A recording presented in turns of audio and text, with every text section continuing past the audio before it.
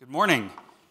I actually do call myself the head janitor, and I'll explain that in a minute. I'm super excited to be here. I've been really waiting. I haven't been to a WooComp before. I'm pretty new to being involved with WooCommerce, just a little bit over a year now. So this is one of my first opportunities to get to meet a lot of people in person. We do so many things in a distributed way these days. So I really am looking forward to meeting and talking to as many of you as possible while we're here the next 2 days. So I'm from Texas, and so we tend to start things off in a sort of informal, friendly way. And so I always like to start off with a howdy. Hi, how's everybody doing? In Texas, we also often try to get to know each other. I'm not going to talk to you about myself, but I'd like to get to know a little bit about you for a second before I talk about the WooCommerce team. So did everybody get those little stickers, the ones that say store owner, store builder, extension dev? We're going to be talking about that kind of those roles a lot over the next 2 days, and then you'll probably see them a lot over the course of the next couple years as we talk about things, because they really, really show the key parts of our audience and our customers for WooCommerce. So what I wanted to do first is just kind of get a sense of people here. Who here actually owns or runs a store using WooCommerce? All right, welcome, welcome, that's a good number, okay. Who here builds stores maybe for other people or themselves? So slightly more up there. Who here develops extensions or plugins for WooCommerce? Awesome. So it's actually surprisingly a nice mix. We lean a little bit more towards the technical side because this is the developer conference. But what we often find is that one person can occupy these different roles at different times. And so it's good to know that we're all here and that our basic set of folks is represented really well. So welcome. As I said, I'm super excited to have y'all here. So one of the things I wanted to do was sort of on behalf of our WooCommerce team at Automatic, welcome you, and to let you know a little bit about us. So there's about 100 of us now. I was only about 60 or so last WooConf. And this 100 people, I call myself the head janitor because basically my job is to clean up any messes, to get out of their way so that they can do lots of really great work. I should show up before they show up, get the things out of their way, and then they do their good work. So this is our staff of great designers and developers and marketing folks, partnership people, obviously our amazing happiness engineers. While they're not all here today, I sort of wanted to welcome all of you on their behalf because they are extremely excited that we're having this event and that everybody's here. I also like to use this picture because while 100 people at Automatic dedicated to things around WooCommerce is a good chunk of people, we're not really the WooCommerce team, right? Because WooCommerce is actually made possible by everybody here in this room, right? It's a great thing about open source. It's a great thing about the whole concept of open e-commerce. It's made possible by the people here, the people watching on live stream, and a whole bunch of other people. And so what I wanted to do was talk a little bit about, well, first talk a little bit about the diverse set of amazing people that make WooCommerce possible. It's not just the folks at Automatic, right? It's all these other people, big and small, many countries. People here today who in the next 2 days are going to be speaking. People from Skyverge, Pragmatic, Angry Creative. There's other folks here. It's not just Automatic that makes this happen. It's not just the WooCommerce team that makes this happen. And so what I wanted to do when we started off the day is just talk a little bit about what all of us have actually accomplished together over the course of the last few years, and especially in the last year, because it's pretty amazing. So I'm going to refer to my notes here for a second just to make sure I get this right. So as of last night, when I checked, there have been about 32 million downloads of WooCommerce. And that's just from the .org repository. People have been downloading things from WooCommerce.com too, and I didn't get a chance to add those numbers in, but it gives you a sense of the order of magnitude that we're talking here. That's a lot of downloads, right? And also from the .org repository, there's more than 3 million active installs. That's also pretty amazing. There are very few plugins in the WordPress world that have that many active installs.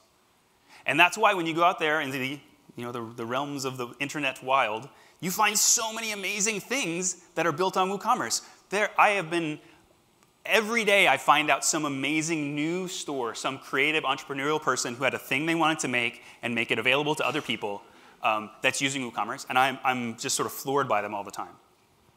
So there's no possible way. I had this kind of idea. I was like, how could I put 3 million little thumbnails onto this? And there's like, literally, like they're pixels. There's not even enough pixels to do that really well. So something to keep in mind is all of this. But because we do commerce, I think it's worth talking a little bit about money for a minute. So I was curious, who here? I want to get some guesses about if you were to take the sum total of all the WooCommerce stores out there. Like, what do you think the total revenue and sales will have, say, in 2017 would be if you took all the WooCommerce stores? Anybody want to take a guess? Nobody wants to guess. Come on, throw out a number. 10 million, okay, we got 10 million. 10 million once, 10 million go twice. What? 100 million. A billion. 50 billion, I love you, sir. 800 million. So what's interesting is how low so many of your guesses are.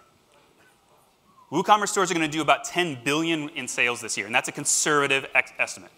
Some of our estimates, depending on how we use looking at the data, it may be closer to 15 billion. That is more than the GDP of many countries. And that's really pretty amazing, right? And again, it's thanks to everybody here in this room, right? It's not me. It's not just the people that work at Automatic that make this possible. It's everybody in this room and everybody watching on live stream that has made this amazing thing possible. And this is on an open source, open platform. I think that that's something to be proud of, right? Yeah? Okay. Proud of yourselves. Proud of yourselves.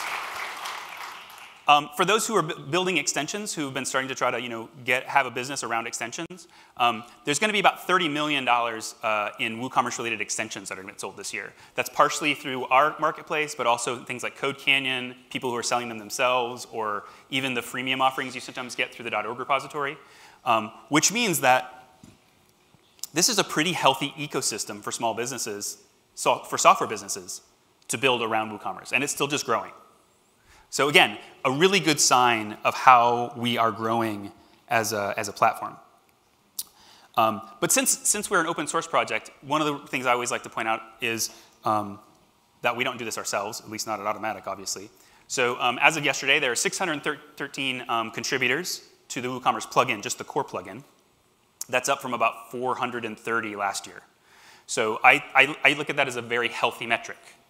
That number is growing at a pretty good clip every year, which means that more and more people are bringing in their smarts and their passion and their talent to making this platform better. So again, and that's a thank you to all of you, right? We have people at Automatic that are full-time working on the WooCommerce plugin, but we don't have 613 of them. So this is a thanks to you. And what's really come to mind for us in the last year or so as we've been getting to learn more about the people, WooCommerce took off like crazy. And it's taken us a while to catch up with everybody that's using it and all of their needs. And as we've been learning a lot more about the people who use WooCommerce over the last year or so, we've uncovered this really diverse set of users, right? And I'm going to iterate this, sort of say this again, these stickers that you saw. These are the key roles, right? When we first started WooCommerce, when Mike Jolly and started working on it, the main goal was how can I help some WordPress developers make a store? It was focused on that center one, the store builder, someone who can build a store for someone else. Not that we forgot the people who needed to run the store, but just can we make it possible with WordPress and in an open platform? And over time, we wanted to try to serve the store owners. And then people started building plugins and extensions, and so then we have these extension developers. And at this point, we have a sort of healthy set of users that fit into each of those roles. And we're realizing that they don't always have the exact same needs, right? You can't always build the exact same thing and have it work for all of them. So one of the things that we're doing internally is sort of reorganizing and refocusing ourselves on these 3 user types so that we can understand them better and meet their needs more explicitly. And we wanted to share this with you because I think for everyone else working on WooCommerce, it's a really helpful way to think about what you're doing and how what you're doing relates to other people in the ecosystem, because none of us are ever really doing this alone, so we need to have that understanding of what each other's doing. So keep these roles in mind because they're super important. The other thing I really love about WooCommerce and WordPress in general is the fact that it's really about small businesses helping small businesses, right? Most of our stores are small to medium businesses. Most of the store building agencies and extension developers are small to medium businesses. And we work together, and we have this sort of rising tide lifts all boats kind of thing, right? This is the sort of thing that won't happen very easily with large, closed platforms. And it's one of the most beautiful things about WordPress and WooCommerce. And I just always like to celebrate it because it's a testament to the whole idea of open source and to the power of small to medium businesses. So speaking of businesses, I thought I would take a minute and kind of talk about a couple of businesses that relate to WooCommerce as a way of putting a little bit more, giving a little empathy for some of these big role types I was talking about. So the first one is completely self-serving in a way, because I'm just going to talk about a friend of mine who just turns out to be his story is actually really good. So this is my friend Peter and his wife Elizabeth. Not all of my friends have beards. In fact, this is pretty new. I've only had this like a year. If you look on the internet, all the pictures of me do not look like this. I look like a completely different person. But my friend Peter, he is a geologist in a scientific lab on a university campus. That's his main job. But he started making some things on the side and decided to turn it into a side business. So this is going to sound so cheesy because of what I just said, but he makes men's grooming products. He does, I know. It's why it looks so good. No, I'm just kidding. He makes great men's grooming products, and he was trying to figure out how he could sell them in other places than, say, farmers markets or just to his friends. And so he decided to build an online store. And one of the things that's really interesting about Peter's story is he did exactly what most non-technical entrepreneurs would do. He's like, well, I need to find an easy way to get this up and going. I don't entirely know what I'm doing. I just need to try it out. So he went and built a website. There we go. Built a website. He built it in Squarespace, and it served his needs for a while. And he's had the good fortune of actually his business is growing. And while his business is growing, he's learning about how to run an online business. He's learning all those things about SEO and things that he never even knew what those words were. And as he's doing that, he's starting to realize that he doesn't. I was talking to him about it, and he realized that Squarespace was awesome for getting started, but it didn't really put him in a good position to do all the things he needs to have a successful business. And this is not me saying something bad about Squarespace. This is just me pointing out that when people get really, really into their business, all businesses are unique, right? There's very few cookie-cutter businesses, especially if you've got a craft-based business like his. And so you need that ability to, have some flexibility and some customizability, and he's in a situation where he can't do that. It's really inflexible, is his whole point, right? His products are high-end, they're high-craft. He wants his web experience to feel that way. These are really common statements. We hear them from lots of other users. I'm just using him as an example. But what's interesting is he's going to switch to WooCommerce, and it's not just because I told him to, because he's my friend. He's my friend, but he's like, I'm not doing your thing unless it seems like it's the right thing for me. And so he's been doing a lot of research, but he's going to switch over. And the reason is because it's a good fit for where he's at in his business right now, right? And he's probably going to do it himself. He's not going to hire somebody to build it for him. But it might be that in the future, in a year or so, if he keeps growing the way that he is, he's going to be in the position where he can afford to and needs someone with more technical skill to begin to handle his web presence, in which case, bingo, somebody in this room's got a job, right? That's the wonderful thing about the way this stuff works. And it's also why we need to focus on trying to get more people on the WooCommerce platform, even if the people in this room aren't the people who built it for them in the first place. Because these businesses hopefully last, and they evolve, and they grow, and they succeed. All right, so this is my classic story. This is all the case studies of WooCommerce are these great things about someone with a beard care product line, or with a coffee roaster that's local, or some kind of clothing store, right? These are stories that we're used to hearing. But what's interesting, that's something we've learned this year, is that it's not just about small businesses anymore. There are actually multiple 100 million plus per year businesses built on WooCommerce. Multiple. And I say that's 100 plus million per year businesses just through their WooCommerce stores. They actually might be businesses that are much bigger than that, and WooCommerce is just a part of their business. So this is for big businesses too. It's serving their needs. And so I thought I'd give a quick case study about another one that is also totally self-serving because it's very local to me. But it's nonetheless very true. So there's a company in Texas called HEB. I don't know if anybody here, HEB, anybody? Yeah. So This is not a small company by any means. They're actually number 12 on Forbes' list of biggest private companies. I think they did something like $23 billion in revenue in 2016, just them. They're big, they're successful, and they're awesome. They run a chain of grocery stores in Texas. They also have a side chain, a chain associated with it that's called Central Market, that's kind of like a sort of higher end organic. It's sort of like a competitor to Whole Foods. Been very successful for a long time, and this is a great company. They're always trying to innovate and find new ways of offering things to their customers, and they decided that they wanted to try out the idea of a curbside grocery pickup service. So they needed to find a platform that was going to let them build something really quickly. It needed to integrate with a whole lot of systems they already had in place. They're not going to build everything from scratch, right? But they also needed, if it worked out, they needed it to be able to scale up, to handle something of their size. So they chose WooCommerce and WordPress. And sure enough, they put the thing together. They started launching it through some stores. It grew successfully. There are now more than 40 stores in more than 10 cities. Now, and they're going to be launching something for their Central Market brand sometime soon too. This isn't secret, like this is all in the news and stuff like that, so I'm not giving away any secrets. But, and I'll be honest, right, which is that this is a company that has lots of things going on, right? All of this is not running on WooCommerce and WordPress anymore because they try out other platforms too sometimes to see which ones will work in different things. But what's really interesting is that a lot of it is. And they're sort of like this perfect success story for us, because they bought a bunch of extensions from our marketplace, and they've been partnering with store building for agencies out there. Like I know MindSize, anybody here from MindSize? I know you guys have been working with them some. There's other people too, and they're a great company to work for in that sense. And so I kind of use them as this like, they're this quintessential what would be awesome if more big businesses were using WooCommerce. What I like to point out there is that if you think about my friend Peter's business and about HEB, both of those benefit from the same things, right?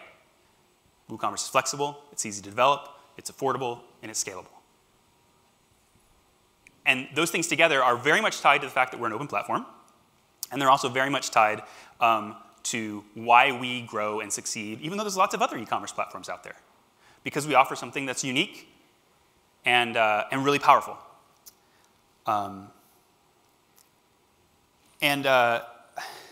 So big businesses, small businesses, they use this. And what's interesting is they can test ideas quickly, they can roll them out, they can scale them if they need to. What I think is also really interesting about this is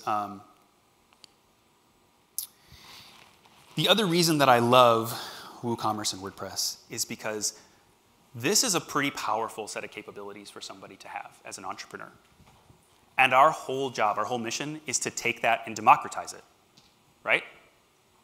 We're trying to make it so that anybody, regardless of whether their income, their gender, their politics, their language, where they are in the world, can have access to these things. And that is a hugely important thing, right? As I like to say, it's the reason we've been successful. And what's interesting is that with that great success comes great power and influence in the world. So this is my super small kind of like point about why I love businesses, and it's not just about the money, which is that helping businesses succeed means that they have resources to make big differences in their communities. And oftentimes, the bigger the business and the bigger the success, the more impact they can have. So for example, my friend Peter, he donates 2% of his net profits to help homeless programs in Austin. He wants to, as he grows, he wants to increase that percentage. That's a small thing. It's the kind of thing you see from small businesses regularly, right?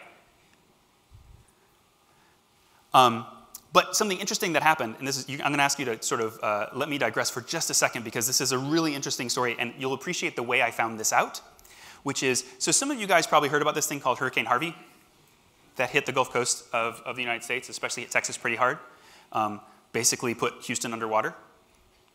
What was one of the first things, and I think of this as a sort of an open source ethos kind of thing, what was the first thing that happened after the flooding really hit? A bunch of regular people got in their trucks, put the boats on the back of their truck, and they headed for Houston or Port Arthur or wherever it was in Texas or in Louisiana that needed help in order to try to help people in those flood zones, right? This is like this is what needs to happen. We're rolling up our sleeves and doing it. It's a very like open source ethos kind of thing. Automatic was really awesome because I was one of those yahoos. Me and some of my friends grabbed a truck and a boat and got in that line and headed for Port Arthur. And what was really interesting is on my way back, We helped rescue a few people. But on my way back, we were driving out of one of the worst parts of the flooding in Port Arthur. And on the highway, I saw this. You see what that is? That is an HEB truck. There was a convoy of about 20 HEB semis on their way into the disaster in Port Arthur, full of supplies and food and a portable pharmacy. They were 2 hours ahead of the FEMA convoy. We can help these businesses make a huge difference. And I just like to always point out that this is really, and then I found out later on they did it everywhere. I just saw them going to Port Arthur. I found out later they were doing it for all the cities around Texas.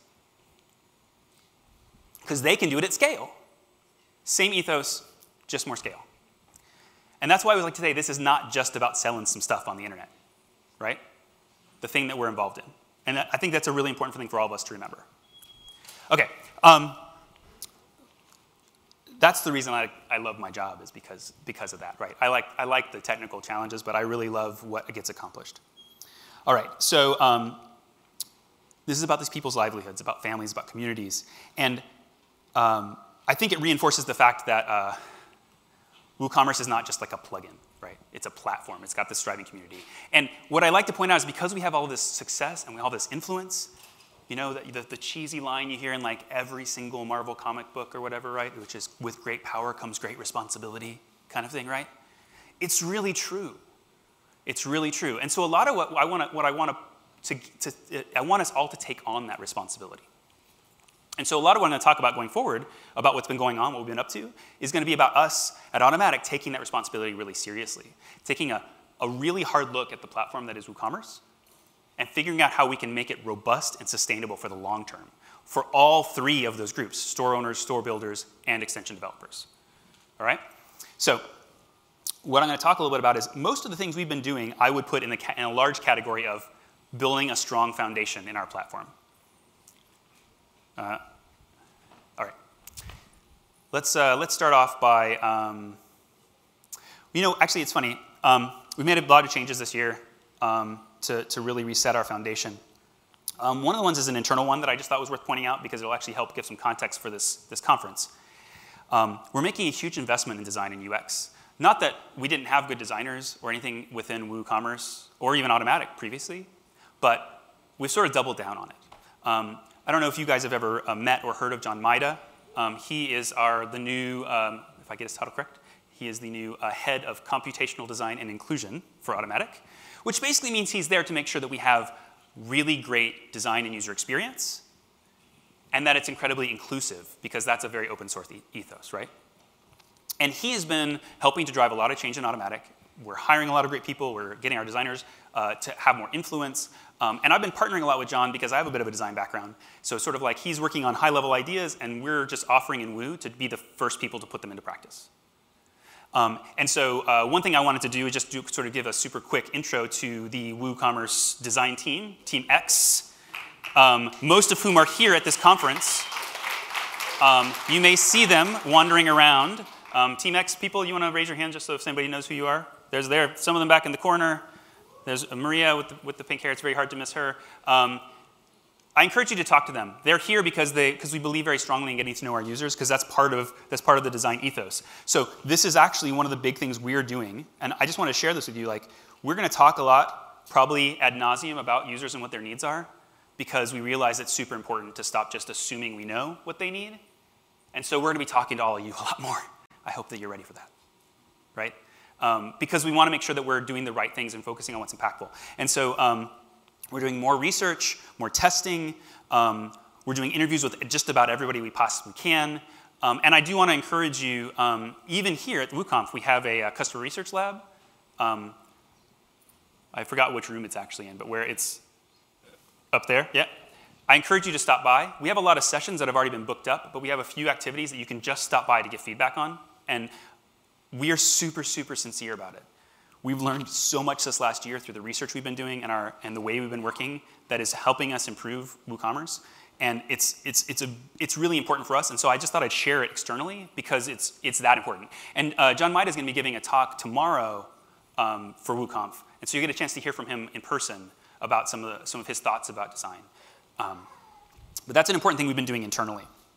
And so I thought I'd take a few minutes to talk about our 3 big user roles, big user types, and talk about some of the things we've been doing for them, and a bit of what we've done, what we've learned, and then a bit of what is sort of a hint of where we think things are going for each of them. All right, so first I'd start off with, we'll start off with store builders. An interesting thing happened earlier this year, which is we released WooCommerce 3.0. And the big news in WooCommerce 3.0 was, very importantly, abstractions. We're starting to build more abstractions like the CRUD classes and the new REST API because we recognize that that's super important for scaling, and it's super important for giving people the ability to customize various parts of WooCommerce for the specific needs of the different businesses they're working with. We've been working on performance improvements. We have the new product gallery, the new CLI, the new logging system. There's a lot of stuff in there, and I think it gives a sense of where we're trying to go, moving more and more towards a very modern, abstracted, API-based approach to development that lets us take advantage of everything that's great about WordPress, but also lets us build on and do things differently because there are some things in e-commerce that need to be done differently. And we need the flexibility to do that. And we don't want everybody to just be hacking away at the PHP in order to do that for themselves every time. We'd like to make it a little bit better, a little bit more systematic, and to support everyone in doing it. But one of the interesting things that happened when and you guys will know what I mean when I say this, is that we launched WooCommerce 3.0, and it wasn't quite as steady of a rollout as we would have liked. That didn't mean that it was bad necessarily. It was still the right thing to do, all the things we were doing, but we learned a ton, which is the thing I want to point out to everyone here, which is that nobody gets anything perfect, guys, right? No one gets it perfect. But we learned a lot, and by and large, it's still been a complete success. Some things we learned is that we really, really need to focus on the reliability and upgrade experience, the reliability of upgrade and maintenance. Because if we can't roll out new updates and have people, and if everybody's afraid to upgrade, right? It's like literally impossible for us to do any kind of like innovative stuff on any kind of quick turnaround, right? And this is a challenge I think WordPress generally has. Like one of the beauties of WordPress is that it's so extensible and people can write their own things into it. But it means that because things have been sort of hacked together for specific purposes, sometimes you run into problems when you upgrade things. And so one of the things we're realizing is that with $10 billion of sales going through WooCommerce, with all of those millions of stores, we need to make WooCommerce something that someone's not afraid to upgrade, right? And so that's something that we've really made a commitment to. We are committed to making our upgrade and maintenance experience as rock solid as possible. And so, as I said in the previous slide, that's not just our gig. It's our job along with our extension developers. We know that we're all working together, and so we're going to try to put systems in place that we can work together to do this. But I just want to point that out. Some of the things we're doing, we have regular release trains now. What I mean by that is we have a regular cadence of releases, generally at least quarterly. We're doing unit and end-to-end testing on WooCommerce Core and all the extensions. We have a number of other things. Yeah, exactly. Woo. It makes a difference. We're doing a lot of things, and I'll talk about some more of them as we go. But one of the things, just to let you know how serious we are, we've also just basically started having some of our happiness engineers go out and recruit WooCommerce sites from the wild, and we just manually upgrade them to a release candidate on a staging server to see what happens. And we uncover tons of things because of that before we launch the real version. And I'm telling you about these internal things so you can understand how committed we are to making everybody's livelihoods and the things that they're doing based on WooCommerce something that they can really rely on as a foundation. We take this super seriously. And you're going to be seeing this kind of work coming out from us on a really regular basis. And it's hats off in particular to Mike Jolly and the team that are working on that, and to our happiness engineers who have gone through so much trouble, navigating and recruiting folks to upgrade, because we've learned so much from it.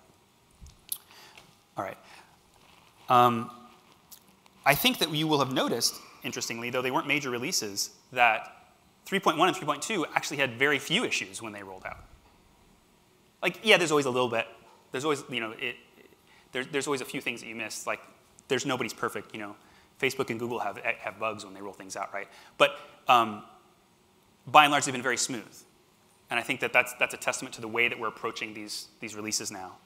And then also, you can sort of see the things we've been rolling out, which help us focus on being a platform. We have CSV import and export in Core now because we realize how important it is to get people in to WooCommerce as a platform from somewhere else. We don't want to be like necessarily charging them a bunch of money to do that. We want to make that super easy and part of core. And then also to let them leave. If they feel like they want to go try another platform, that's the whole thing about being an open e-commerce platform, is they can go somewhere else. We're moving extension license management into WooCommerce Core. I'll talk a bit more about why we're doing that. It's because we're trying to make license and subscription management easier for everybody. And so you don't have to go to 2 different places to handle all those things all the time. WooCommerce 3.2, which just came out last week, it's got some improvements for coupons and promotions. We added extension version checks, which I know most of our extension developers at least had some understanding of, right? That help make sure nobody's going to upgrade something that hasn't been verified to work with the new version. That's a small step, but we're going to be doing more and more of that kind of thing so that we don't put stores in a situation where they're afraid to upgrade.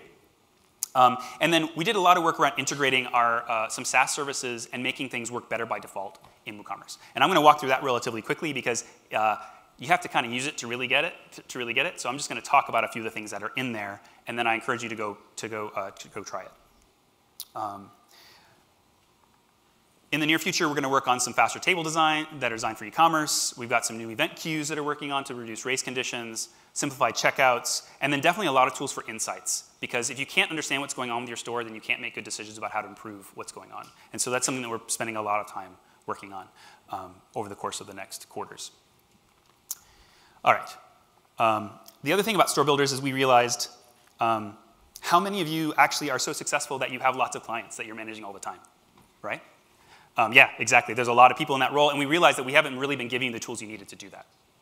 It's sort of victims of your own success and our own success in some sense. And so we're spending a lot of time figuring out how to make that much better for people. And so one of the things that we did was no more subscription keys to manage.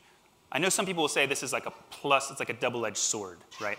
But the idea is that it's really not scalable for people to just be copying and pasting subscription keys around everywhere. It makes lots of problems. So what we've done is we replaced that with a really secure one-click connection process where the subscription keys are no longer kind of copied and pasted around. And we realized in the process of doing that, we also need to make it possible for people to share and transfer subscriptions because you're building something for someone else and they might need to take it over. And these are basic tools right now, but we're going to continue evolving them to make them much better to help our store builders be more successful. So I'm sharing why we did these things. You guys see these things roll out, people see these things roll out, and they don't always know what the reasons are. We see this as very much part and parcel of trying to understand what our store builders really need and then try to meet those needs. All right, a couple more things that we're working on just for store builders in particular. Our affiliate program, we're combining with the WordPress.com one, and we're going to just we'll have more people working on one thing as opposed to running 2 affiliate programs. So we can make one better and better to serve people's needs. We're also looking at ways to let people test extensions before they buy them, just because I know that a lot of people aren't sure if a given extension does what they need. We're very liberal about our refunds, but it makes it easier if you can just make that decision before paying for something. So we're working on ways of doing that too. So then a better UX for store owners. So this is the place where it often gets interesting. Historically, store builders have been our primary audience, the people that we love, the people we know. They're mostly the same people that work inside WooCommerce. We're all the same kinds of folks. We come from similar backgrounds. Store owners sometimes have different needs. And so we've been trying to make their lives a lot easier too. So one of the things that we're working on a lot is easier setup and onboarding for the non-technical ones. So 3.2 is an interesting example of this. Actually, I should point this out. So this is a long-term trend, which we've been doing. So like in 2016, we made Stripe and PayPal extensions free.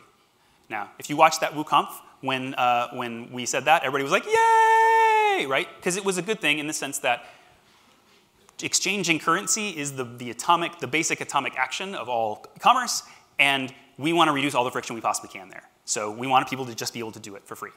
So, but we want to take that even further because someone still has to download an extension and sign it up and configure it and that sort of thing. And for a non-technical store owner, that can be a problem. So if you walk through the new onboarding wizard that we have in 3.2 that just came out last week, what you'll see is we started setting it up so that it's really easy for someone to not only decide what payment gateway they want to use, but we'll actually automatically set it up, set up an account and basically provision it for them so that literally when they finish the onboarding, they could take a payment. And we started with Stripe. Very soon we're going to add PayPal. We were just working out technical detail. And then we're looking at things where we can do more of this kind of thing. So for example, maybe people if someone's selling regularly in a physical space with Square, we can automatically configure and provision their Square. Or if they're in Northern Europe, we can automatically provision Klarna for them.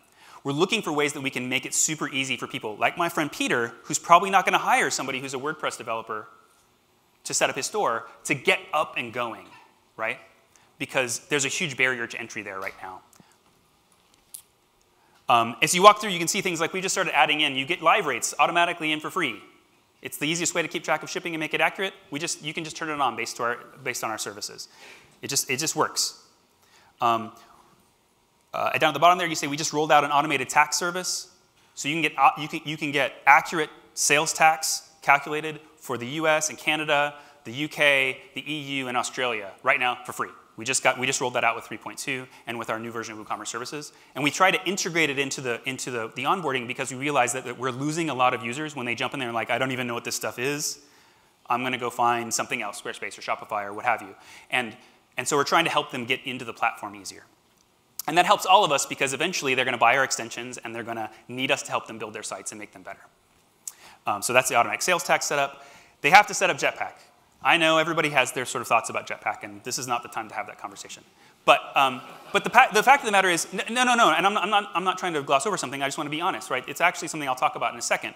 But what we did do here is try to make it super simple. We've built all of our services on Jetpack for some very good reasons.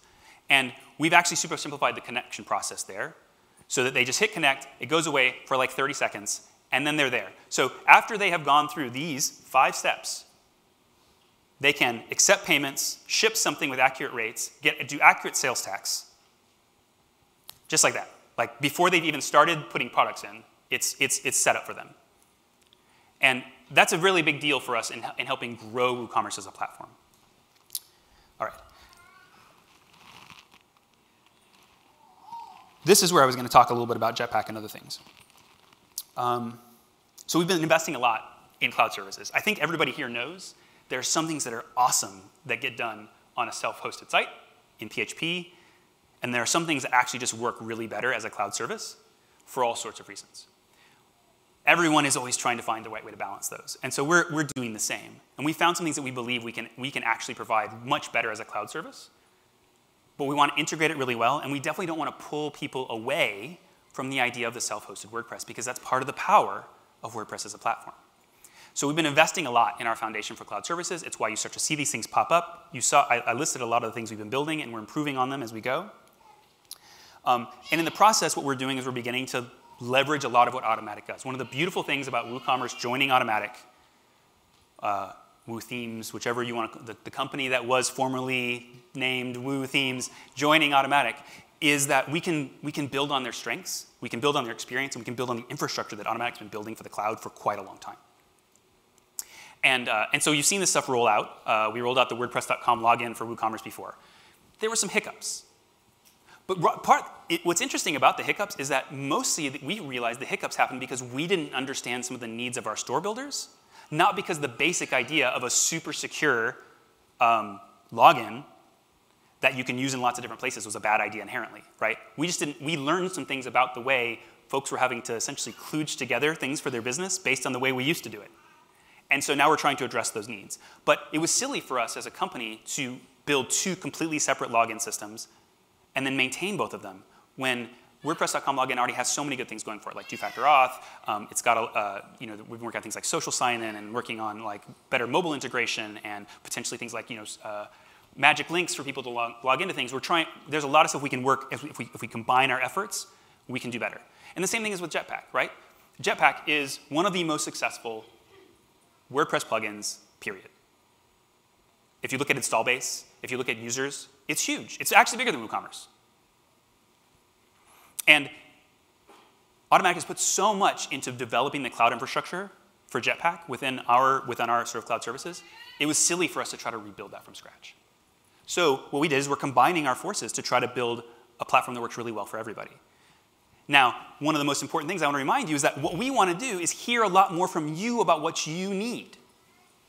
Help us know what we need to improve with our Jetpack and WooCommerce services features and applications so that we can make them work better for you. Because there's no way we're going to get it perfect when we roll it out the first time. And I'd appreciate if you did it constructively.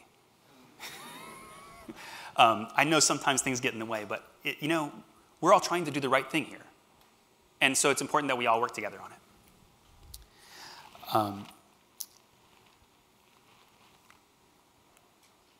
We're also looking at redoing our WooCommerce mobile app for store owners.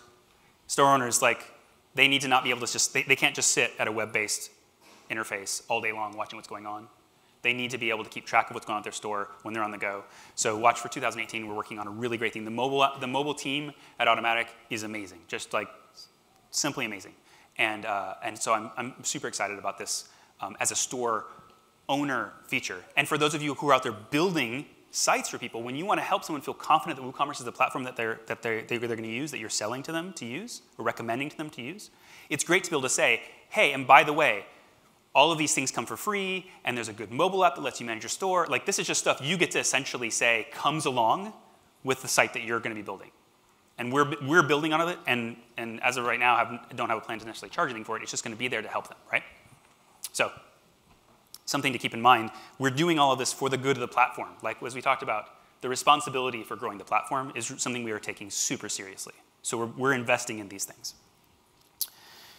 All right.